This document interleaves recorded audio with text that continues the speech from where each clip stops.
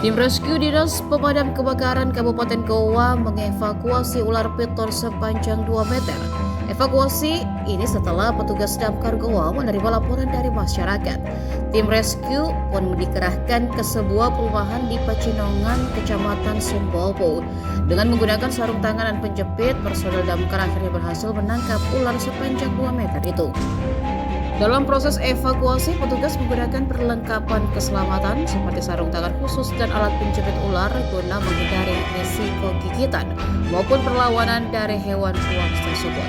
Penangkapan berlangsung sekitar 30 menit. Menurut dia, kemunculan ular. Wakil Komandan Peleton B Tim Rescue Damkar Goa Reski Prabowo mengatakan kemunculan ular piton 3 meter ini dikarenakan faktor cuaca dan tempat terbilang lembab. Setelah berhasil ditangkap, ular piton tersebut dimasukkan ke dalam karung untuk diamankan. Selanjutnya, ular dibawa ke markas komando untuk penanganan lebih lanjut. Jadi untuk penanganan ular yang kami terima oleh masyarakat mendapatkan kesulitan dikarenakan ular tersebut masuk di gorong-gorong atau bisa dibilang solokan. Jadi untuk akses penanganannya itu agak sulit dikarenakan ular tersebut berada di gorong-gorong.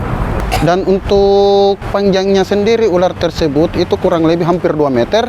Dan untuk jenis ular tersebut juga mungkin semacam sanca batik atau bisa bilang ular piton. Ular piton. Ya. Itu kemunculannya itu karena apa, Pak?